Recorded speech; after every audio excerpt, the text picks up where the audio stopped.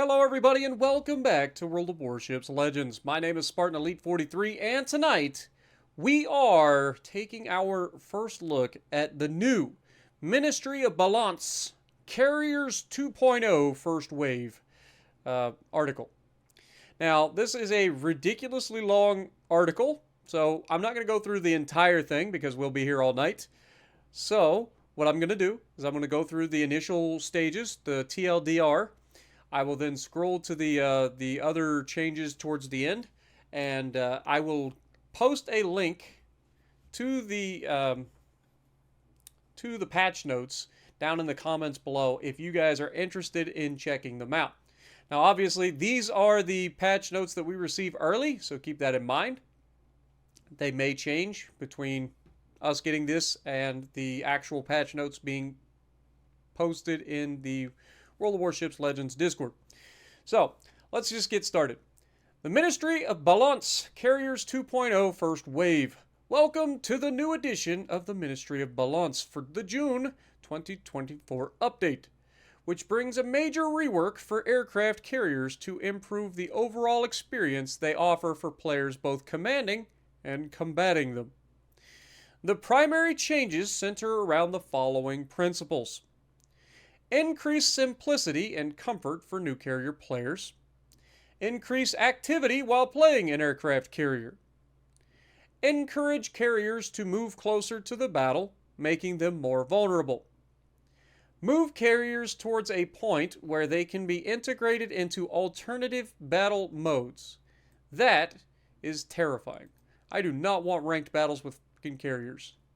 Especially considering it's usually a 5v5 and a carrier would be way too strong in that environment. But what do I know? And 5, increase the feeling of progression and difference between carriers within and between tech trees. In addition, you'll be able to try out the new changes to Midway, Hakuru, Graf Zeppelin, and Zuiho via a 14-day rental available in the store for credits during this update. With these goals in mind, let's break down the specific changes to aircraft carriers. Mechanical changes. These changes impact all aircraft carriers in the game as they alter the foundation of their gameplay. Air spotting and detection. Spotting enemy ships from the air has received a big change. Aerial spotting is now considered a new type of spotting, separate from ship spotting. Another ship. There is also a new ribbon to indicate this type of spotting. When your aircraft spot an enemy ship, it will only be highlighted on the mini-map for the rest of your team. The Detected by Plane ribbon is only awarded if the carrier player was the first to spot the enemy ship within the past 90 seconds. However, when an aircraft from a carrier spots an enemy ship, it will be fully spotted for the aircraft carrier so they can still perform an attack. So, let's go. Notably, catapult fighters and spotters, now named Observation Seaplane to fit the gunnery focus rule, from surface ships are also impacted and no longer spot ships. In addition, all aircraft can no longer spot torpedoes. Carrier aircraft and fighters can spot enemy aircraft normally. However, enemy aircraft cannot be spotted by observation seaplanes and airstrike planes. Alright, so let's break this down real quick. So first of all, the planes can spot for the team, but it doesn't actually show up, like you're not going to light up for the team. You're only going to show up on the minimap. So that's actually a nerf to carriers. And that's a nice little quality of life change for the rest of us. Okay, so that's the first big thing that I take from this. Okay. The carrier still gets to see the person that they're spotting, which makes sense. And then also, this affects not just carriers, but also everybody else with their catapult fighters and spotter planes, which are now observation seaplane to fit the gunner role. So I'm assuming it's still called catapult fighters, and then instead of spotter planes, it's observation seaplane. But yeah, so they can no longer spot ships. Now, I personally have used this many a times. This is actually this could actually really impact the Italians that run their smoke screens and have planes. If you remember, not too long ago, I was talking about Venezia and using, or not just Venezia, but also, oh, what was it? Brindisi, maybe? I forget. But this was another thing that we had where we took and used our smoke, and then we would put the plane up and spot people using the plane while we were inside our smoke and able to shoot them using our smoke firing penalty. Yeah, and then we also aircraft cannot spot torpedoes anymore. So that's another thing. So another quality of life change that could potentially come back and bite people in the butts. So far, we'll see how this goes. The next change to the aircraft carriers, hangar size and regeneration. And this was the big one that I was like, oh my god, we already struggled to kill the planes of the ships, and now they're going to get bigger they're going to get more planes and have faster regens.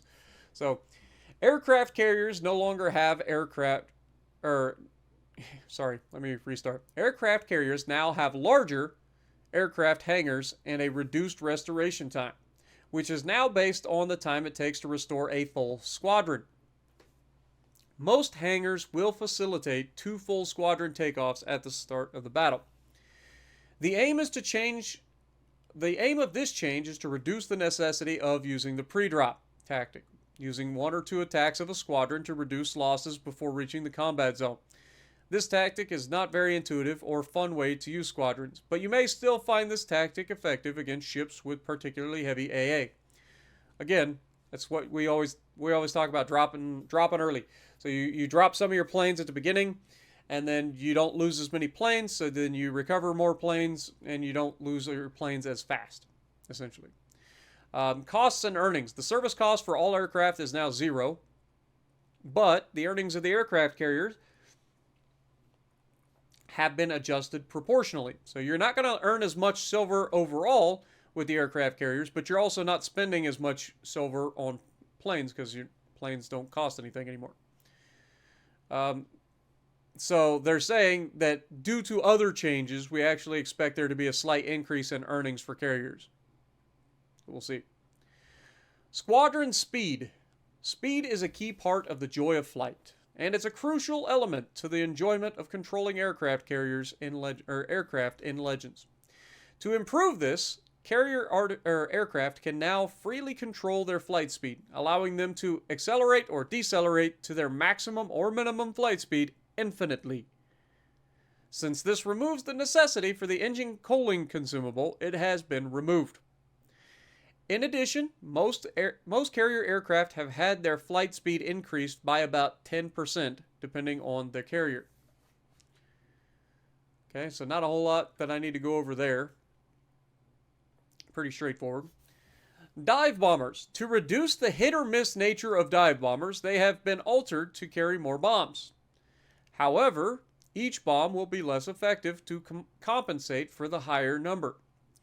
Dive bombs will inflict less damage per bomb and often have reduced penetration and fire setting chances. Okay. Skip bombs. Skip bombs are receiving an often requested mechanical change. They must now skip at least one time before they are able to detonate. And this is something I've said from the beginning. Like, it doesn't make any sense. They're literally called skip bombs. You shouldn't be able to just drop them on a ship. That's stupid. So this is actually a good change as well.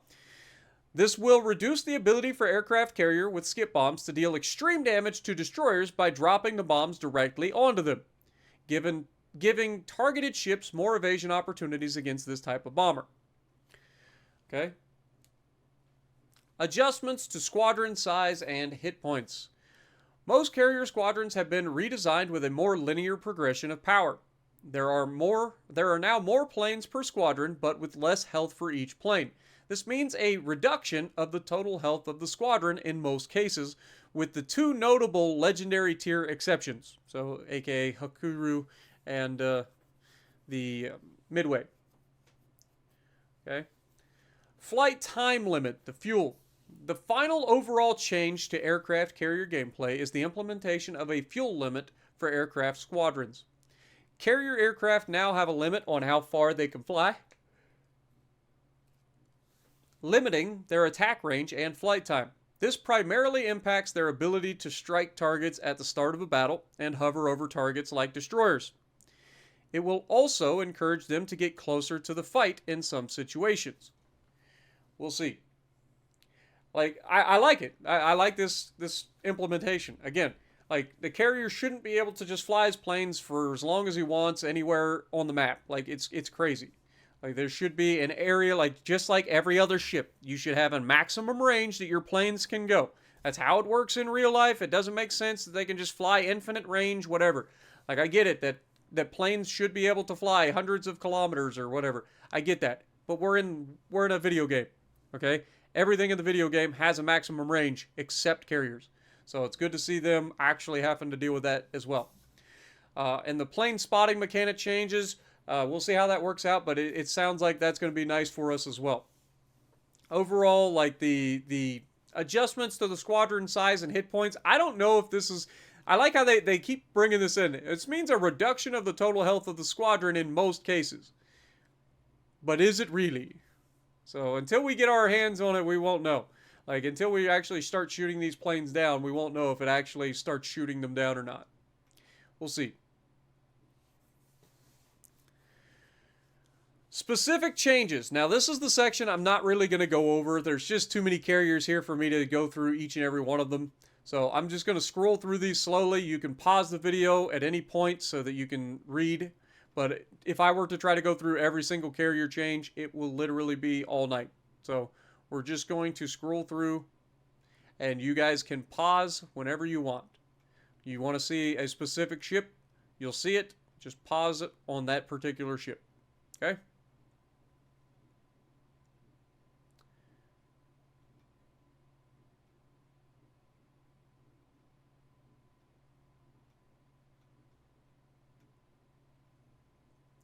Like I said, it's a lot. So, again, just going to scroll through this, let you guys stop it where you want to stop it.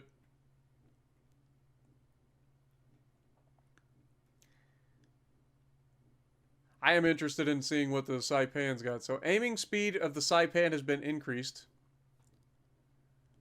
Dive bomber accuracy has been increased. Bombs per aircraft increased from 1 to 2.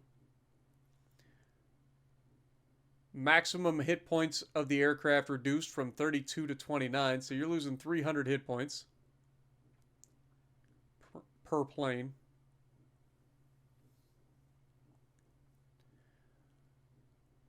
"10 knots faster," or 11 knots faster. 33 kilometers. That's basically the entirety of the map.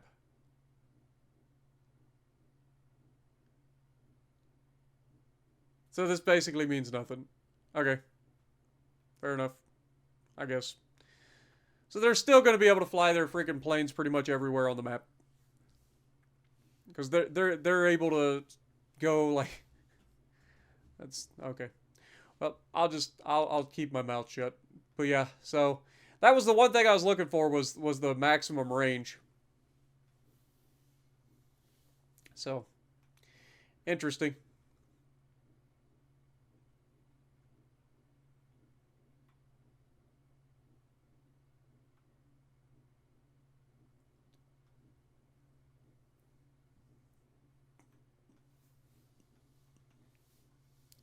All right, now for the surface ship changes as well as the changes to Arthas and Justinian Lions for the upcoming 40K collaboration. Arthas's base trait is exactly what we thought it was. The catapult fighter duration is now reduced to a maximum of minus 35 instead of the minus 65 that it used to be. So that means the catapult fighter is going to last longer, meaning you're going to potentially be able to get more shots out on one use of the Arthas button. So That's kind of what I thought it was. I didn't think they were going to buff the damage output again. But yeah, this still allows you to get at least one more salvo, maybe. Out. We'll see. They're also buffing Ragnarok and the Ignis Purgatio. Again, not going to go over everything here. You guys can stop it and look at it if you want. It's a lot of numbers. Basically making it a little bit more tanky overall, as well as increasing a little bit of its damage. Reducing the shell timer is going to allow it to overpin less at the tier. Detectability is slightly better, but very, very small change there. And then the detectability by air is almost imperceivable. Detectability while firing in smoke, nobody cares about. Catapult fighter consumable duration from 90 to 100 seconds. And it removed the ship traits Sure Shot, Frail, and Surgical Shells. So removed Sure Shot and then changed Frail to Tough. Boy, you do a couple of changes to the superstructures or to all of the hit points in the areas, and suddenly it goes from Frail to Tough. I mean, it did get, in fairness, it is getting 16,500 more hit points total. That's not an insignificant buff. That's quite a bit of hit points. Anyway, Justinian Lion's base trait Emperor's Wrath gets an increase to the damage while Repair Party is active. Has been improved from maximum of 5 to a maximum of 8%. I thought the Justinian Lion's base trait was the one where while your Repair Party is active, you have a higher fire chance instead of more damage. Are they? I'll have to look into it. But I could have swore that was his base trait. Maybe this is just part of the base trait. Anyway, his unique skills, Celestine's Blessing. Damage control party duration is now reduced by 25% instead of 50%. Okay, and then the Ignis Purgatio is also getting buffed here. Firing range from 16 to 16.5 kilometers. HE shell damage increased from 6,000 to 7,200. HE shell penetration from 68 to 95 millimeters. Main battery HE shell fire setting chances increased from 26 to 45%. That's kind of ridiculous. That's a heck of a change. Main battery, they really want you to shoot HE out of this thing apparently. Main battery HE shell splash damage is increased as well. And then they made it more tanky by giving it more hit points. It's not quite as much as the other one, but it does get 9,500 more hit points. And then, of course, all of the areas of the ship have been buffed as well to make them slightly tankier.